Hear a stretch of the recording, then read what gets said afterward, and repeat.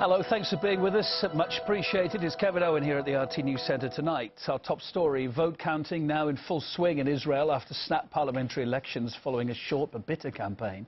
The far right's expected to sweep the ballot, with Prime Minister Benjamin Netanyahu set to form a ruling coalition from a myriad of nationalist and religious factions.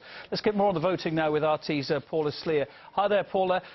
You've been monitoring the events, so bring us up to date. Well, the polls have just closed, and what we are expecting is preliminary results within the next 2 hours or so, with final results expected to be announced on Wednesday morning.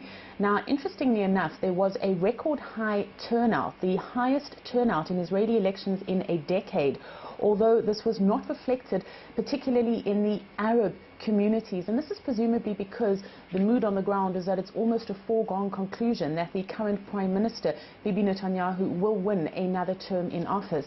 Now, his Likud-Beitenu party is expected to come first, followed by the Labour Party, and then in third position, the success story of this election, a party that's known as the Jewish Home, headed by a relative newcomer to the political scene, a millionaire by the name of Naftali Bennett. Now, he is quite right-wing. He is against a Palestinian state, and he also believes in annexing large parts of the West Bank to Israel.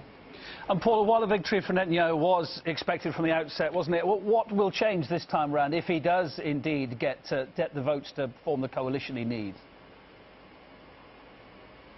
Well, the next step is, of course, seeing who will be the largest party, and presumably this will be Netanyahu. He will then be tasked with forming a coalition government that needs to have 61 seats of a 120-seated parliament. Netanyahu is not going to have anywhere near that from his own party. So what we're likely to see is weeks of bargaining and negotiations taking place here in Israel as he tries to build a coalition. Now, he will want to start with the more center parties, but the anticipation is that he's not going to get enough seats to make this majority, and he's going to have to rely more and more on the far right and the orthodox parties.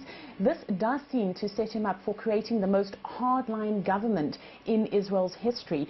This bodes badly for peace with the Palestinians. It bodes badly for Israel's standing on the international scene, and certainly in terms of its growing isolation. And it also only deepens the antipathy between the Israeli leadership and its erstwhile supporters, both in Europe but also in the United States, particularly with the American President Barack Obama.